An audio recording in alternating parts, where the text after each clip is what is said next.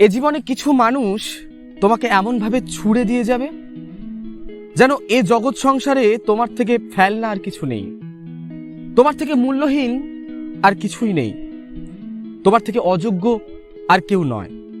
যেন তোমার সঙ্গ ভীষণ অস্বস্তিকর, যেন তোমার অস্তিত্ব না থাকলেই ভালো, যেন তোমাকে ভুলে যাওয়ার থেকে সহজ আর কিছু নয়। তারা যেতে যেতে তোমার মনের মধ্যে পুঁতে দিয়ে যাবে অসংখ্য প্রশ্নের বীজ। সব থেকে বড় প্রশ্ন নিজের প্রতি। তখন কিছুটা সময় দিতে হয় নিজেকে। যে প্রশ্নের বীজ পুঁতে দেওয়া হয়েছে মনের মধ্যে তার উত্তর খুঁজতে হয়। এবং তারপর একটা সময় আসে যখন বোঝা যায় কাল অবধি যা ক্ষতি বলে মনে হচ্ছিল আজ মনে হচ্ছে আসলে তা ভালোর জন্যই ছিল।